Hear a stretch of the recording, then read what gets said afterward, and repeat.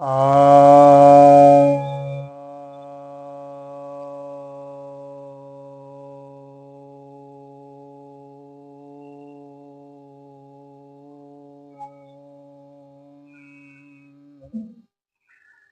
सभी भक्तजनों को सप्रेम नमन। तो आज आपके समक्ष श्रीमद् भगवद गीता के 18वें अध्याय के 49वें श्लोक के ऊपर प्रवचन करने जा रहा हूँ। यह श्री भगवान वाच है, अर्थात श्री भगवान कहते हैं, अशक्त बुद्धि सर्वत्र जितात्मा विगत स्पृह निष्कर्म्य सिद्धिं परमां संन्यासेन अधिगच्छति। अर्थात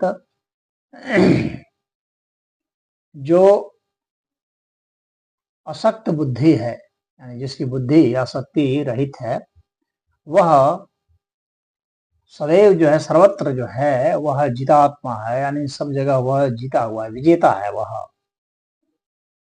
कौन? वह क्या है? वह विगत स्पृहा है, यानी जिसकी स्पृहा अब नहीं है वैसा। और ऐसे लोग निष्कर्म्य सिद्धिं, यानी ऐसे लोग जो हैं जो निष्क्रिया है उससे ऊपर उठ करके वो सिद्धि प्राप्त किए हुए हैं। परमाम संन्यासेन अधिगच्छति, और वह इस तरह से जो परम अवस्था को प्राप्त हो गया निष्कर्म सिद्धि के द्वारा, वह वास्तव में वह संन्यास के द्वारा इस अवस्था को प्राप्त है, वह संन्यास को प्राप्त हो जाता है। यहाँ पर जो संन्यासेन है वह सांख्य योग के लिए प्रयुक्त हुआ है, ज्ञान योग के लिए प्रयुक्त हुआ है। तो जो ज्ञानी लोग हैं उनके लिए क्या है? उनकी बुद्धि जो है आसक्ति रहित होती है।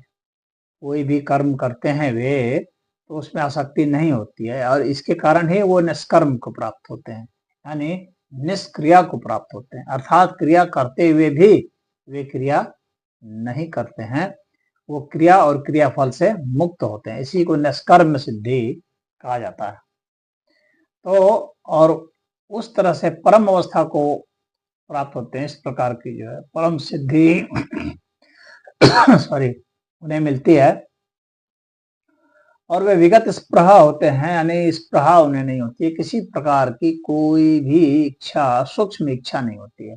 इच्छा जब बहुत सूक्ष्म हो जाए, छोटी छोटी इच्छाएं भी हो, छोटी छोटी इच्छाएं, और वह अपने अस्तित्व को लेकर के हो, यानी जीने को लेकर के, जैसे कि पानी पीना, जैसे कि कुछ रूखी सूखी मिल जाए वो खाना, चिथड़े पिथड़े भी मिल जाए पहनने को वो पहन लेना, टूटे फूटे घर मिल जाए वो पहन लेना, टूटे फूटे बर्तन हो, उस तरह से, यानी नाम मात्र का जो संसाधन है, जो उसे अपने जीवन को चलाने के लिए चाहिए, उसकी भी इच्छा जब उसमें नहीं रह जाती है, वैसे को विगत स्पृहा कहा जाता है।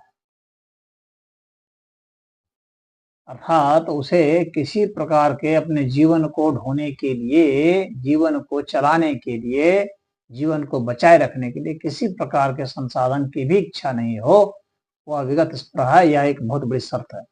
तो विगत स्पृहा होना चाहिए, अशक्त बुद्धि होना चाहिए, और निष्कर्म सिद्धि होना चाहिए। ये तीन जो है यहाँ पर शर्तें दी गई है, इसके लिए संन्यास के लिए। संन्यास मतलब ज्ञान के लिए, यानी जो कर्म करते हुए भी कर्म से मुक्त है वह सन्यासी है। तो उस तरह के सन्यास की भाषा में यहाँ भगवान कृष्ण ने कहा है।